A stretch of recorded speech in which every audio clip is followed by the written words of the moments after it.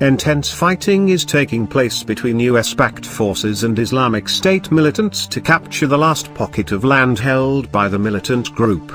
Huge blasts were heard as US-led coalition airstrikes struck the ground, and smoke could be seen billowing into the sky on Sunday, from an arms depot hit the day before. A spokesman for the Syrian Democratic Forces said his fighters were engaged in a decisive battle with slow advances taking place minute by minute. Our forces are advancing at a slow pace to avoid any problems. We expect a decisive battle in the morning, Marvin Kamishlo, an SDF military media official told Reuters earlier. An SDF commander told Reuters that it had sent explosive-ridden vehicles towards advancing fighters last night.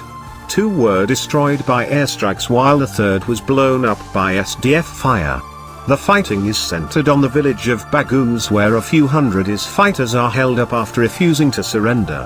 Holding up the SDF's progress are thousands of mines, Mr. Kamlisho said.